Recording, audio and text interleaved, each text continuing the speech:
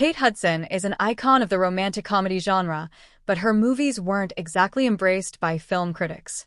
How to Lose a Guy in 10 Days has a 42% on Rotten Tomatoes, for instance.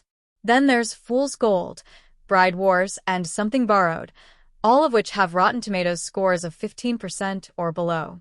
Roger Ebert infamously wrote in his How to Lose a Guy review that he wished to place Hudson and co-star Matthew McConaughey in the Witness Protection Program because of how bad he thought the movie was. If I were taken off the movie beat and assigned to cover the interior design of bowling alleys, I would have some idea of how they must have felt as they made this film, Ebert added. Hudson recently spoke to Entertainment Weekly about these negative reviews of her rom-com favorites, and she noted that opinions have changed over time. Plus, she was never making any of these movies for the critical acclaim anyway.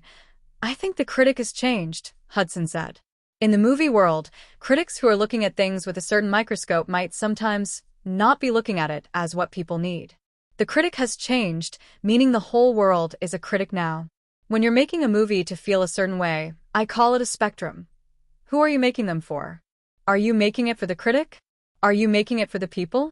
You try to make the best movie possible, telling the story that you're trying to tell.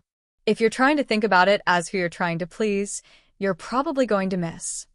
If I was set out to make Bride Wars or Something Borrowed to be some critically acclaimed, Oscar campaign-worthy film, it would be a very different movie, Hudson added. I also think people don't realize how hard it is to get a movie like that made and enjoyed. Hudson said during an appearance on Watch What Happens Live last year that she'd open to starring in a How to Lose a Guy in 10 Days sequel, saying, "All that matters would be the script, and if Matthew and I were into the script.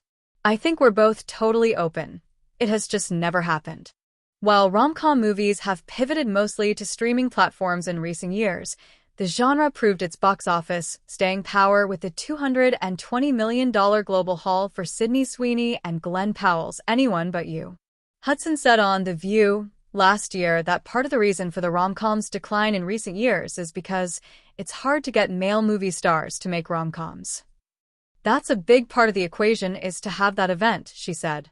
If we can get more Marvel guys like, hey, come to do a rom-com, that's part of the formula, too. That event.